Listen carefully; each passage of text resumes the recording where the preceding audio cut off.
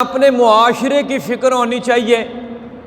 چونکہ معاشرہ مختلف نفوس کا نام ہے، مختلف افراد کا نام ہے، مختلف سوچوں کا نام ہے، مختلف نظریات کا نام ہے، اور ان ساری چیزوں کا نام جب معاشرہ ہے تو معاشرے کی اصلاح کے لیے جب ہر فرد اپنا کردار ادا کرنا چاہتا ہے تو ہر فرد کو اپنا کردار ادا کرنے کے لیے اپنے نفس کا محاسبہ کرنا چاہیے۔ معاشرے کی اصلاح کے لیے، افراد کی اصلاح کے لیے سب سے پہلے اپنے نفس کی اصلاح اور اپنے نفس کا محاسبہ کرنا چاہیے۔ اور قرآن کریم کی سورۃ المائدہ 7ویں پارے میں اللہ رب العالمین نے ایمان والوں کو یہی حکم دیا کہ علیکم انفسکم، کہ تم اپنی جان کی خبر لو، کہ سب سے پہلے تم اگر کسی کی اصلاح کرنا چاہتے ہو تو پہلے اپنے نفس کی اصلاح کرو، اگر تم کسی کو ٹھیک کرنا چاہتے ہو تو سب سے پہلے اپنے نفس کو ٹھیک کرو۔ آگے فرمایا لا یضرکم من ضل اذا اہتدیتم، کہ جو آدمی گمراہ ہو چکا ہے اس کی گمراہی تمہیں کوئی نقصان نہیں پہنچا سکے گی۔ ایک آدمی بے راہ روی کا شکار ہے، اس کی بے راہ روی تمہیں کوئی نقصان نہیں پہنچا سکتی۔ ایک آدمی گمراہی کے راستے پہ چل چکا ہے، اس کی گمراہی کے راستے پر چلنا تمہیں کوئی نقصان نہیں پہنچا سکتا ہے۔ کیوں کہ اذا اہتدیتم، جب تم ہدایت کے اوپر ہو، جب تم سیدھے راستے کے اوپر ہو، جب تم صراط مستقیم پر چل رہے ہو، تو جو آدمی صراط مستقیم سے ہٹا ہوا ہے، جب تم ہدایت پر ہو تو جو آدمی ہدایت کے راستے سے ہٹا ہوا ہے، فرمایا کہ وہ تمہارا کوئی نقصان نہیں کر سکتا، تمہیں کوئی تکلیف نہیں پہنچا سکتا۔ اور آگے فرمایا الی اللہ مرجعکم جمیعا، کہ تم سب نے اللہ کی طرف لوٹ کر جانا ہے، اور جب سب نے اللہ کی طرف لوٹ کر جانا ہے، اللہ فرماتے ہیں فینبئکم،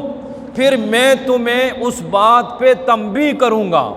سب نے اللہ کی طرف لوٹ کر جانا ہے، جس کو ہدایت ملی ہے وہ بھی اللہ کی طرف لوٹ کر جائے گا، جسے ہدایت نہیں ملی ہے وہ بھی اللہ کی طرف لوٹ کر جائے گا، جو صراط مستقیم پر ہے وہ بھی اللہ کی طرف لوٹ کر جائے گا، اور جو گمراہی کے راستے پہ چلا ہے وہ بھی اللہ کی طرف لوٹ کر جائے گا، جس نے نیکی کی ہے وہ بھی اللہ کی طرف لوٹ کر جائے گا، جو برائی کرنے والا ہے وہ بھی اللہ کی طرف لوٹ کر جائے گا۔ فَيُنَبِّئُكُمْ کا معنی یہ ہے کہ اللہ فرماتے ہیں میں تم کو متنبع کروں گا۔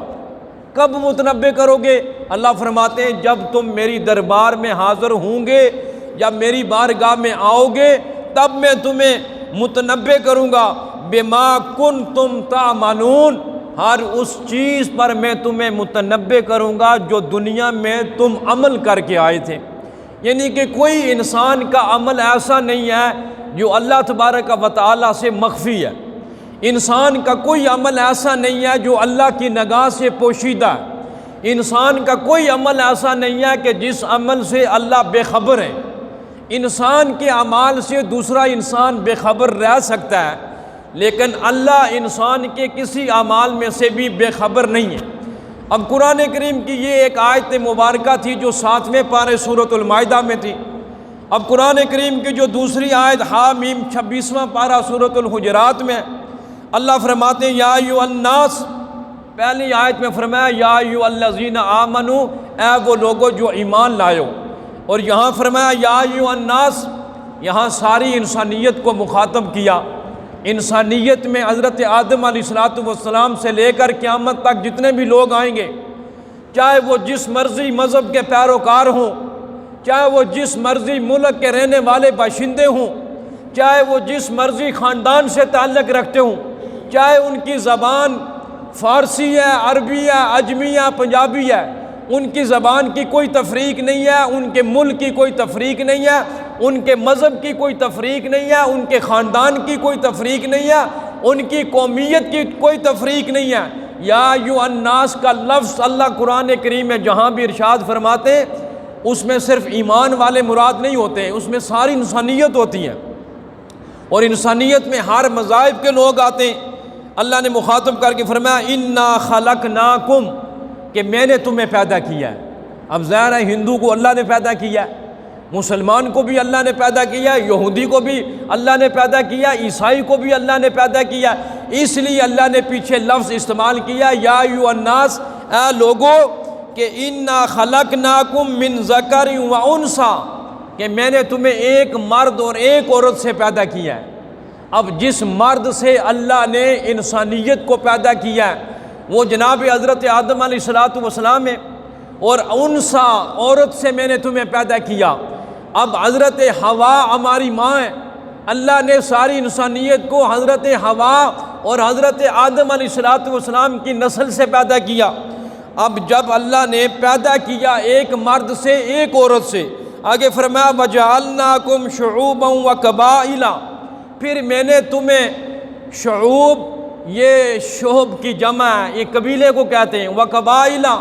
یہ بھی قبیلہ ہے۔ اللہ فرماتے ہیں کہ میں نے تمہیں پھر قبیلوں میں اور خاندانوں میں تقسیم کر دیا ہے۔ پیدا کیا ایک مرد سے اور ایک عورت سے، اور ایک مرد اور ایک عورت سے پیدا کرنے کے بعد اللہ فرماتے ہیں میں نے تمہیں قبیلوں اور خاندانوں میں تقسیم کر دیا ہے۔ کوئی پنجابیوں کا خاندان ہے، کوئی کشمیریوں کا خاندان، کوئی بلوچیوں کا خاندان، کوئی فارسیوں کا خاندان، کوئی ایرانیوں کا، کوئی عربیوں کا، کوئی اجمیوں کا۔ یہ مختلف خاندانوں میں اللہ نے ایک ماں اور ایک باپ سے پیدا کرنے کے بعد تقسیم کر دیا، اور یہ تقسیم اللہ فرماتے ہیں میں نے کیوں کیا؟ فرمایا لِتَعَارَفُوا، تاکہ تمہاری پہچان ہو سکے۔ آپ کسی ملک کے ایئرپورٹ پر چلے جاتے ہیں، آپ کے پاس آپ کا قومی شناختی کارڈ دیکھا جاتا ہے،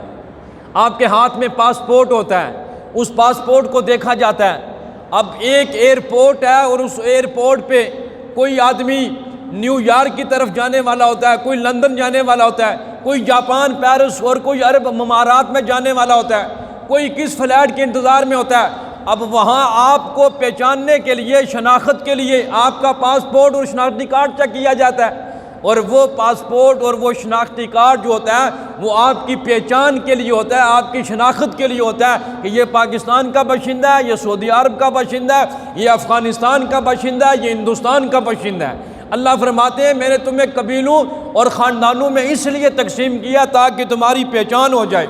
اب پہچان کے لیے پیدا کیا، اور آگے فرمایا ان اکرمکم عند اللہ اتقاکم، ان خاندانوں میں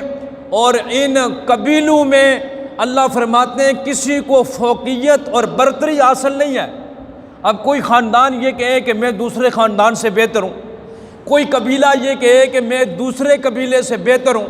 اور کوئی زبان بولنے والا یہ کہے کہ دوسری زبان بولنے والے سے میں بہتر ہوں، ایک رنگ اور نسل والا یہ کہے کہ میں دوسرے رنگ اور نسل والے سے بہتر ہوں، ایک ملک والا یہ کہے کہ میں دوسرے ملک والے سے بہتر ہوں، اور ایک صوبے والا اگر یہ بات کہے کہ میں دوسرے صوبے والے سے بہتر ہوں۔ اللہ فرماتے ہیں اس لیے میں نے تمہارے قبیلے اور خاندان پیدا نہیں کیے تھے کہ تم ایک دوسرے کے اوپر فخر کرو اور ایک دوسرے کو نیچا دکھانے کی کوشش کرو اور اپنی برتری کرو، بلکہ اللہ اس آیت کے آخر میں فرماتے ہیں ان اکرمکم عند اللہ اتقاکم، کہ میرے نزدیک سب سے زیادہ عزت والا قبیلہ وہ ہے کہ جو تقوی والا ہے۔ میرے نزدیک سب سے زیادہ عزت والا خاندان اللہ فرماتے ہیں وہ ہے کہ جس خاندان کے اندر تقوی پایا جاتا ہے، بزرگی پائی جاتی ہے، نیکی کا جذبہ پایا جاتا ہے، وہ اللہ رب العالمین کے زیادہ قریب ہے، وہ دین محمدی کے اوپر چلنے والا ہے، وہ شریعت مطہرہ کا پیروکار ہے، اس کی شب و روز سنت نبوی کے مطابق گزرتی ہے، اس نے قرآن کریم کو اوڑھنا اور بچھوڑنا بنا لیا ہے۔ آگے اللہ فرماتے ہیں ان اللہ علیم خبیر، کہ بے شک میں اللہ میں سب کچھ جانتا ہوں اور ہر چیز کی خبر رکھتا ہوں، تاکہ کوئی یہ نہ سمجھے۔ اب دیکھیے اسلام نے ایک ضابطہ اخلاق دے دیا ہے کہ تم اپنے، یہ 7ویں پارے کی جو آیت مبارکہ تھی، اللہ فرماتے ہیں کہ تم اپنے نفس کی فکر کرو، اپنے جان کی فکر کرو، تم کسی دوسرے کی فکر نہ کرو، اور فرمایا کہ اگر تم من ضل اذا اهتدیتم، اگر تم ہدایت پر ہو تو کوئی آدمی تمہیں نقصان نہیں پہنچا سکتا ہے، کوئی آدمی تمہیں تکلیف نہیں پہنچا سکتا، لیکن اس کے لیے شرط یہ ہے کہ علیکم انفسکم، کہ پہلے اپنے نفس کی فکر کرو، اپنی جان کی فکر کرو۔ اب اصلاح معاشرہ کے لیے بہت ساری تنظیمیں بنی ہوئی ہیں، بہت ساری سوسائٹیاں بنی ہوئی ہیں، بہت ساری تحریکیں معرض وجود میں آ چکی ہیں، بہت ساری انجمنیں بنی ہوئی ہیں۔ بھئی یہ تحریک کیوں ہے؟ یہ معاشرے کی اصلاح کے لیے بنائی ہے۔ یہ جماعت کیوں بنی ہے؟ کہ معاشرے کی اصلاح ہو جائے۔ لیکن اللہ قرآن کریم کے اندر فرماتے ہیں، ایمان والو، اگر تم معاشرے کی اصلاح کا بیڑا اٹھانا چاہتے ہو، اگر تم اصلاح معاشرہ کا جذبہ لے کر میدان میں نکلے ہو، تمہارے ہاتھ میں اصلاح معاشرہ کا جھنڈا موجود ہے، تو اللہ فرماتے ہیں کہ سب سے پہلے اپنے نفس کی اصلاح کرو، کہ معاشرے میں سے تمہارا نفس بھی اس معاشرے کا حصہ ہے۔ میرے، آپ کے اور ساری انسانیت کے ان افراد کے مجموعے کا نام معاشرہ ہے۔ اس معاشرے میں میں بھی ہوں اور آپ بھی ہیں، اور اگر میں آپ کے اوپر تنقید کروں اور آپ میرے اوپر تنقید کریں، میں آپ کی برائیاں کروں اور آپ میری برائی کریں، میں آپ کی عزت پہ ڈاکہ ڈالوں، آپ میری عزت پہ ڈاکہ ڈالیں، میں آپ کی پگڑی اچھالوں، آپ میری پگڑی اچھالیں، آپ مجھے ایمان سے بتائیں، معاشرے کے اندر اصلاح آئے گا یا معاشرے کے اندر بگاڑ پیدا ہو؟ معاشرے کے اندر بگاڑ پیدا ہو جائے گا، معاشرے کے اندر فساد پیدا ہو جائے گا۔ اب بظاہر تو ہر آدمی یہ نعرہ لگاتا ہے کہ میری تنظیم معاشرے کی اصلاح کے لیے معرض وجود میں آئی، میری جو انجمن ہے یہ اصلاح معاشرہ کے لیے بنی ہے، میں نے جو تحریک شروع کی ہے یہ معاشرے کی بہتری کے لیے کی ہے۔ اب جب معاشرے کی بہتری کے لیے، معاشرے کی اصلاح کے لیے، معاشرے کی فلاح و بہبود کے لیے جب ہم نکلتے ہیں، تو پھر ہم ایک دوسرے کے اوپر تنقید کریں گے تو معاشرہ بہتر نہیں ہوگا، معاشرہ بگڑے گا۔ ہم ایک دوسرے کی برائی کو بیان کریں گے تو معاشرے میں اچھائی نہیں آئے گی، معاشرہ برائی کی طرف جائے گا۔ ہم ایک دوسرے کی برائی کر کے، تنقید کر کے، غیبت کرتے رہیں گے تو یاد رکھیں کہ معاشرہ کبھی بھی سدھرے گا نہیں۔ معاشرے کو سدھارنے کے لیے سب سے پہلے اپنے نفس کا محاسبہ ضروری ہے۔ حضرات صحابہ اکرام رضوان اللہ تعالی علیہم اجمعین، جن کے بارے میں آتا ہے کہ اللہ کے پاک پیغمبر نے 23 سالہ دور نبوت کے اوپر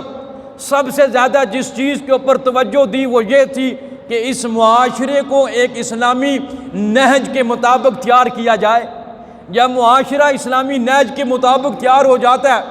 پھر معاشرے کے اندر اچھائیاں ہی اچھائیاں آتی ہیں، معاشرے کے اندر برائیاں نہیں آتی ہیں۔ خود نبی پاک صلی اللہ تعالیٰ علیہ وسلم، آپ صلی اللہ علیہ وسلم کے بارے میں آتا ہے کہ اپنے صحابہ اکرام رضوان اللہ تعالیٰ علیہ مجمعین کے سامنے البدایہ والنہایہ کے اندر یہ حدیث موجود، بلکہ مسلم شریف کے اندر کہ من قال ہلاک الناس فہو ہلاکہم، حضور علیہ الصلوۃ والسلام نے فرمایا، مسلم شریف کے اندر یہ حدیث موجود ہے، من قال ہلاک الناس، کہ جو آدمی یہ کہتا ہے نا کہ معاشرہ ہلاک ہو گیا، معاشرہ برباد ہو گیا، معاشرہ بے راہ روی کا شکار ہو گیا، جیسے کہ آج ہم کسی محفل میں بھی بیٹھتے ہیں، جس مجلس میں بھی ہم بیٹھتے ہیں تو ہم یہی کہتے ہیں یار معاشرہ بڑا خراب ہو چکا ہے، معاشرے کے اندر برائی عام ہو چکی ہے، معاشرے کے اندر بے دینی عام ہو چکی ہے، معاشرے کے اندر بے نمازی عام پیدا ہو چکے ہیں۔ تو اللہ کے پاک پیغمبر صلی اللہ علیہ وسلم نے فرمایا، من قال ہلاک الناس، کہ جس آدمی کی زبان کے اوپر ہر وقت جو یہی بات ہوتی ہے نا کہ یہ معاشرہ بربادی کی طرف چلا گیا، یہ تباہی کی طرف چلا گیا، یہ لادینیت کی طرف چلا گیا، بے حیائی کی طرف چلا گیا، حضور نے فرمایا فہو ہلاکہم، وہ آدمی خود سب سے زیادہ بربادی کی طرف جا رہا ہے، وہ آدمی خود زیادہ تباہی کی طرف جا رہا ہے، وہ آدمی خود سب سے زیادہ بے راہ روی کی طرف جا رہا ہے، وہ آدمی خود سب سے زیادہ بے دینی کی طرف جا رہا ہے۔ جو یہ کہتا ہے کہ یہ لوگ سارے بے دینی کی طرف جا رہے ہیں، یہ معاشرہ بے راہ روی کا شکار ہو چکا ہے، یہ جہنم کے کنارے کے اوپر پہنچ چکا ہے، ان کے ہاں دین کی کوئی اہمیت ہی نہیں ہے۔ حضور نے فرمایا جو یہ بات کہتا ہے وہ خود ہلاکت کی طرف جا رہا ہے، وہ تباہی اور بربادی کی طرف جا رہا ہے۔ اس لیے صحابہ اکرام رضوان اللہ تعالیٰ علیہ مجمعین کے بارے میں آتا ہے، انہیں سب سے پہلے اگر کسی چیز کی فکر تھی تو وہ اپنے نفس کی فکر تھی، دوسرے کی فکر نہیں کہ یہ بے راہ روی کا شکار ہے، یہ گمراہ ہو رہا ہے، یہ بے نمازی ہو رہا ہے، یہ یوں ہو رہا ہے، یہ یوں ہو رہا ہے، نہیں، بلکہ صحابہ سب سے پہلے اپنے، اور حدیث میں آتا ہے نبی پاک صلی اللہ علیہ وسلم کا ایک صحابی جن کا نام حضرت حنظلہ، سب کہہ دو رضی اللہ تعالی عنہ، اللہ کے پاک پیغمبر کی مجلس میں آئے اور بڑے پریشان ہیں، پریشانی کے عالم میں آ کر کہتے ہیں نافق حنظلہ کہ یا رسول اللہ حنظلہ منافق ہو گیا۔ صحابی رسول ہیں، نبی علیہ الصلوۃ والسلام کی مجلس میں بیٹھنے والے، آپ کی صحبت اختیار کرنے والے، آپ کی احادیث سننے والے، آپ کے آنکھوں کے سامنے اترتا ہوا قرآن دیکھنے والے، نبی علیہ الصلوۃ والسلام کے پیچھے نمازیں پڑھنے والے اور آپ کی قیادت میں جہاد کرنے والے صحابہ، ان صحابہ میں سے ایک صحابی جن کا نام حضرت حنظلہ آ کر کہتے ہیں نافق حنظلہ، حنظلہ منافق ہو گیا۔ اللہ کے پاک پیغمبر نے پوچھا حنظلہ کیسے منافق ہو گئے ہو؟ فرمایا یا رسول اللہ جب آپ کی مجلس میں بیٹھتا ہوں اور مجھے جنت کے جذبے پیدا ہوتے ہیں، آخرت کا شوق پیدا ہوتا ہے، عبادت کی طرف دل لگی ہوتی ہے، قرآن کی تلاوت کے لیے میرا جذبہ بڑھتا ہے، نیک اعمال کرنے کے لیے میرا دل مچلتا ہے، اور یا رسول اللہ صلی اللہ علیہ وسلم جب آپ کی مجلس سے اٹھ کر چلے جاتے ہیں بازار میں، آپ کی مجلس سے اٹھ کر چلے جاتے ہیں گھر میں، آپ کی مجلس سے اٹھ کر چلے جاتے ہیں کاروبار کے لیے، اللہ کے رسول پھر ہمارے اندر وہ جذبات نہیں رہتے ہیں جو آپ کی محفل میں بیٹھتے ہیں تو ہمارے دل میں جذبات پیدا ہوتے ہیں۔ یا رسول اللہ پھر ہمارے دل میں وہ جذبہ نہیں ہوتا ہے جو مسجد میں آپ کی صحبت میں بیٹھتے ہیں تو ہمارے دل کے اندر جذبہ ہوتا ہے نیکی کرنے کا، اعمال کرنے کا، عبادات کرنے کا، تلاوت قرآن کا۔ اللہ کے پاک پیغمبر صلی اللہ علیہ وسلم نے حضرت حنظلہ کی بات کو سنا اور سننے کے بعد فرمایا ساحتن فساحتن، فرمایا حنظلہ یہ گھڑی گھڑی کی بات ہوتی ہے، یہ وقت وقت کی بات ہوتی ہے، آپ جب یہاں ہوتے ہیں تو اس وقت آپ کے ایمان کی کیفیت کچھ اور ہوتی ہے، اور آپ جب بازار میں چلے جاتے ہیں اس وقت آپ کے ایمان کی کیفیت کچھ اور ہوتی ہے، جب آپ مسجد نبوی کے مقدس ماحول میں بیٹھے ہوتے ہیں اس وقت آپ کے ایمان کی سطح کہیں اور ہوتی ہے، اور آپ جب گھر میں بیوی بچوں کے پاس بیٹھتے ہیں اس وقت آپ کے ایمان کی سطح کہیں اور ہوتی ہے، جب آپ یہاں صحابہ اکرام اور مجھ محمد کی مجلس میں بیٹھے ہوتے ہیں اس وقت آپ کا ایمان کی سطح بلند ہوتی ہے، اور جب آپ بازار میں جا کے کاروبار کر رہے ہوتے ہیں اس وقت آپ کے ایمان کی سطح کچھ اور ہوتی ہے۔ حنظلہ اس طرح آدمی منافق نہیں ہو جاتا، اس لیے کہ ایمان کی کیفیت ہے یہ بڑھتا رہتا ہے اور یہ کم ہوتا رہتا ہے۔ آپ جس مجلس میں جائیں گے، جیسی مجلس ہوگی، ایمان والوں کی محفل میں جائیں گے آپ کا ایمان بڑھے گا، آپ عبادات والوں میں جائیں گے آپ کے دل میں عبادت کا جذبہ بڑھے گا، آپ قرآن پڑھنے والی مجلس میں بیٹھیں گے آپ کے دل میں تلاوت قرآن کا جذبہ بڑھے گا، آپ ذاکرین کی مجلس میں بیٹھیں گے آپ کے دل میں ذکر کا جذبہ بڑھے گا، آپ خانقاہی نظام میں جا کر اہل اللہ کی مجلس میں، اولیاء اللہ کی مجلس میں بیٹھیں گے آپ کے دل کا تزکیہ ہو جائے گا، آپ کا نیکی کی طرف دل کرے گا، اور جب آپ یہاں سے اٹھ کر جائیں گے آپ کے ایمان کی سطح کم ہو جائے گی۔ اسی لیے ایک صحابی حضرت حذیفہ بن یمان رضی اللہ تعالیٰ عنہ یہ رازدار نبوت تھے، اللہ کے پاک پیغمبر صلی اللہ علیہ وسلم کے کئی راز حضرت حذیفہ بن یمان کے پاس تھے۔ اللہ کے پاک پیغمبر نے حضرت حذیفہ بن یمان رضی اللہ تعالیٰ عنہ کو منافقین کی لسٹ عطا کی ہوئی تھی، اور حضرت حذیفہ بن یمان کوئی مدینہ کی بستی میں فوت ہو جاتا، صحابہ اس بات کا انتظار کرتے کہ اس جنازے میں حضرت حذیفہ بن یمان ہیں یا نہیں۔ اگر حضرت حذیفہ بن یمان اس جنازے میں موجود ہوتے صحابہ سمجھ جاتے کہ منافقین کی فہرست میں اس شخص کا نام نہیں ہے، اور اگر حضرت حنظلہ رضی اللہ تعالیٰ عنہ کسی وجہ سے جنازے میں شریک نہیں ہوتے تو صحابہ اس بات کی طرف قیاس آرائیاں کرنا شروع کر دیتے کہ شاید یہ منافقین کی فہرست میں اس کا نام تھا اس لیے حضرت حنظلہ اس کے جنازے میں نہیں آئے۔ حضرت فاروق اعظم رضی اللہ تعالیٰ عنہ جب ان کے پاس حکومت تھی، وہ وقت کے خلیفہ تھے اور نصف سے زائد دنیا پہ ان کی حکومت تھی اور ان کی حکمرانی تھی، اور جن کے بارے میں یہ بات مشہور ہے کہ اصلاح نفس کے لیے ان کے ہاتھ میں ہر وقت درہ تیار رہتا تھا، کبھی بھی درہ انہوں نے اپنے گھر کے اندر نہیں چھوڑا اور زمین کے اوپر نہیں رکھا، اصلاح نفس کے لیے درہ ان کے ہاتھ میں ہر وقت رہتا تھا۔ وقت کے حکمران اور خلیفہ ہیں اور آدھی سے زائد دنیا پہ ان کی حکومت ہے۔ ایک دن حضرت حذیفہ بن یمان رضی اللہ تعالیٰ عنہ کے پاس جا کے ان کی تھوڑی سی تعریف کرنے کے بعد کہنے لگے حضرت حذیفہ بن یمان آپ وہ مجھے فہرست تو دکھا دیں، کہیں منافقین کی فہرست میں عمر بن خطاب کا نام بھی موجود تو نہیں ہے۔ حضرت حذیفہ بن یمان رضی اللہ تعالیٰ عنہ نے فرمایا، اے صحابی رسول، اے سسر پیغمبر، اے امیر المومنین، اے خلیفہ وقت، آپ تو وہ صحابی رسول ہیں کہ جن کی رائے کے مطابق آسمان سے اللہ قرآن کو اتارا کرتا تھا۔ آپ تو وہ صحابی رسول ہیں جنہوں نے بیت اللہ کے در کو کھول کر دیا تھا۔ آپ کا نام کہاں منافقین کی فہرست میں شامل ہے؟ اب حضرت عمر نے جا کے حضرت حذیفہ بن یمان سے یہ نہیں پوچھا کہ ذرا مجھے فہرست بتاؤ کہ مدینہ کے کس کس بندے کا نام لکھا ہوا ہے منافقین کی فہرست میں۔ حضرت فاروق اعظم کو کسی دوسرے کی فکر نہیں تھی۔ حضرت فاروق اعظم رضی اللہ تعالیٰ عنہ کو اگر فکر تھی تو اپنی نفس کی فکر تھی، اپنی جان کی، کہ کہیں اس میں میرا نام تو نہیں لکھا ہوا۔ تو میں عرض یہ کرنے لگا ہوں کہ آج ایک ایسے وقت میں ہم گزر رہے ہیں کہ جب ہر طرف سے یہ آواز آ رہی ہے کہ ہم معاشرے کی اصلاح کے لیے میدان عمل میں نکلے ہوئے ہیں، ہم معاشرے کو سدھارنے کے لیے نکلے ہوئے ہیں، جبکہ حالت یہ ہوتی ہے کہ معاشرے کو سدھارنے کی باتیں کرنے والے وہ خود کہیں معاشرے کے سدھرے ہوئے انسان ہمیں دکھلائی نہیں دے رہے۔ نبی پاک صلی اللہ علیہ وسلم کہ جن کی ساری زندگی قرآن کریم کی روشنی میں لقد کان لکم فی رسول اللہ اسوۃ حسنہ، اللہ کے پاک پیغمبر کی وہ ساری 63 برس کی زندگی جو میری اور آپ کے لیے اسوہ حسنہ ہے، اور اسوہ حسنہ کی وہ زندگی یہ کوئی معمولی نہیں ہے۔ 63 سال کی زندگی اللہ کے پاک پیغمبر نے اگر اصلاح معاشرہ کا علم بلند کیا ہے تو سب سے پہلے اپنے نفس سے، سب سے پہلے اپنے گھر سے، یہ نہیں کہ اپنے آپ کو مستثنا قرار دے دیا۔ حدیث کی کتابوں میں آتا ہے غزوہ احزاب کا موقع ہے، اور غزوہ احزاب کے موقع پہ خندق کھودی جا رہی ہے، اور اللہ کے پاک پیغمبر صلی اللہ تعالی علیہ وسلم نے جن صحابہ کی غزوہ احزاب کے لیے ڈیوٹی لگائی ہے کہ آپ نے خندق کھودنی ہے، اللہ کے پیغمبر نے اس کھدائی میں اپنا حصہ بھی مقرر کیا ہے کہ آپ اتنی کھدائی کریں گے، آپ اتنی کریں گے، آپ اتنی۔ اللہ کے پیغمبر نے فرمایا میں محمد بھی اس خندق کی کھدائی میں برابر حصہ لوں گا۔ یہ نہیں فرمایا کہ میں امیر المومنین ہوں، میں تمہارا امیر ہوں، میں اللہ کا پیغمبر ہوں، تم میرے صحابی ہو، میرے امتی ہو، اب میں بیٹھ جاؤں گا خیمے کے اندر اور آپ خندق کھودیں۔ اللہ کے پیغمبر نے اپنا حصہ بھی خندق کھودنے میں مقرر کیا،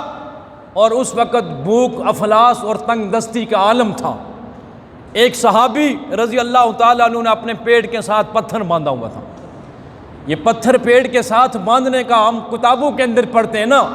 علماء سے ہم سنتے ہیں کہ پیٹ کے ساتھ پتھر باندھا ہے۔ خدا آپ کو اور مجھے وہ وقت نہ دکھلائے کہ جب انسان پیٹ کے ساتھ پتھر باندھتا ہے۔ اب انسان سوچتا ہے نا جس نے پیٹ کے ساتھ پتھر نہیں باندھا کہ بھوک اور افلاس کی وجہ سے پیٹ کے ساتھ پتھر باندھ لو تو بھوک کیسے ختم ہو جاتی ہے۔ بھوک اور افلاس کی وجہ سے صحابی فرماتے ہیں میں نے پیٹ کے ساتھ پتھر باندھا ہوا تھا،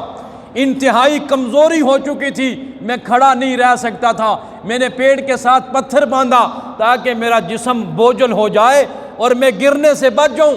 صحابی فرماتے ہیں میں اللہ کے پاک پیغمبر کی بارگاہ میں حاضر ہوا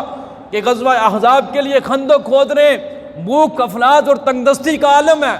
جب میں نے یہ حضور علیہ الصلوۃ والسلام کے سامنے اپنی عرض کو رکھا، اپنی اپیل کو رکھا کہ بھوک کی وجہ سے میں نے اپنے پیٹ کے اوپر پتھر باندھا ہوا ہے، تو صحابی فرماتے اللہ کے پاک پیغمبر صلی اللہ علیہ وسلم نے اپنے پیٹ سے کپڑے کو ہٹایا، اپنے صحابی سے فرمایا میرے صحابی تو نے ایک پتھر باندھا ہوا ہے، میں محمد نے اس بھوک کی وجہ سے 2 پتھر باندھے ہوئے۔ معاشرے کی اصلاح کے لیے جب کوئی آدمی قدم اٹھاتا ہے، معاشرے کی اصلاح کے لیے جب کوئی تنظیم، کوئی انجمن مارے سے وجود میں آتی ہے تو وہ یہ سوچ کر مت نکلے کہ میں معاشرے کی اصلاح کے لیے نکلا ہوں۔ معاشرہ نام ہے آپ کا اور میرا، اور افراد کے مجموعے کا نام معاشرہ ہے، اور جب میں نکلوں تو سب سے پہلے میں اپنی فکر کروں، اور اپنی فکر کرنے کے بعد میں دوسرے کی فکر کروں۔ اللہ کے پاک پیغمبر کے ایک صحابی حضرت اسامہ بن زید بن حارثہ رضی اللہ تعالیٰ عنہ نے فرماتے ہیں قال سمعت رسول اللہ صلی اللہ علیہ وسلم یعطی برجل یوم القیامت، اللہ کے پاک پیغمبر کا یہ صحابی فرماتا ہے کہ حضور نے فرمایا کہ قیامت کے دن ایک آدمی اللہ کی بارگاہ میں پیش ہوگا اور اللہ رب العالمین اس کو جہنم کی وادی میں بھیجنے کا فیصلہ کریں گے۔ اس آدمی کو جہنم کی وادی میں پھینک دیا جائے گا، اور آگ کی وجہ سے اس کی آنتیں باہر نکل آئیں گی اور وہ آدمی اپنی آنتوں کے ارد گرد اس طرح چکر لگائے گا جس طرح گھوڑا چکی کے ارد گرد چکر لگاتا ہے۔ اللہ کے پاک پیغمبر صلی اللہ علیہ وسلم کا یہ صحابی روایت نقل کرتا ہے کہ جہنمی اس آدمی کے پاس جمع ہو جائیں گے کہ جہنم کی وادی میں آگ کی شدت کی وجہ سے جس کی آنتیں باہر نکل چکی تھی اور وہ گھوڑے کی طرح اس کے ارد گرد چکر لگا رہا ہوگا۔ جہنمی اس سے پوچھیں گے کہ تیری آنتیں باہر کیوں نکلی ہیں اور تو اس کے گرد چکر کیوں لگا رہا ہے؟ تو وہ یہ بات کہے گا کہ میں دنیا کے اندر لوگوں کو واعظ کیا کرتا تھا، میں داعی تھا، میں مبلغ تھا، میں لوگوں کو دین کی دعوت دیا کرتا تھا، میں تبلیغ کی بات کیا کرتا تھا، میں واعظ و نصیحت کی باتیں کیا کرتا تھا۔ کہیں گے آج پھر تیرے ساتھ یہ حشر کیوں ہوا ہے، آج تیرے ساتھ یہ سلوک کیوں کیا گیا؟ تو وہ جواب دے گا کہ میں لوگوں کو تو کہا کرتا تھا لیکن خود میں اس کے اوپر عمل نہیں کیا کرتا تھا۔ یہ میری بدعملی کی وجہ سے، یہ میری بدعمالیوں کی وجہ سے آج مجھے جہنم کی وادی میں دھکیل دیا گیا ہے اور آگ کی شدت کی وجہ سے میری آنتیں باہر آ چکی ہیں اور میں اس گھوڑے کی طرح، اس گدھے کی طرح اس کے گرد چکر لگا رہا ہوں جو آٹے کی چکی کے ارد گرد آٹا پیسنے کے لیے چکر لگاتا ہے۔ تو میرے مسلمان بھائیوں اور بزرگوں، اللہ رب العالمین کی ان دو قرآن کریم کی آیات مبارکہ کی روشنی میں اور ایک احادیث مبارکہ کی روشنی میں اصلاح معاشرے کے لیے سب سے زیادہ ضروری اس بات کی طرف ہے کہ میں اور آپ اپنی اصلاح کریں۔ چونکہ میرا عنوان جو تھا وہ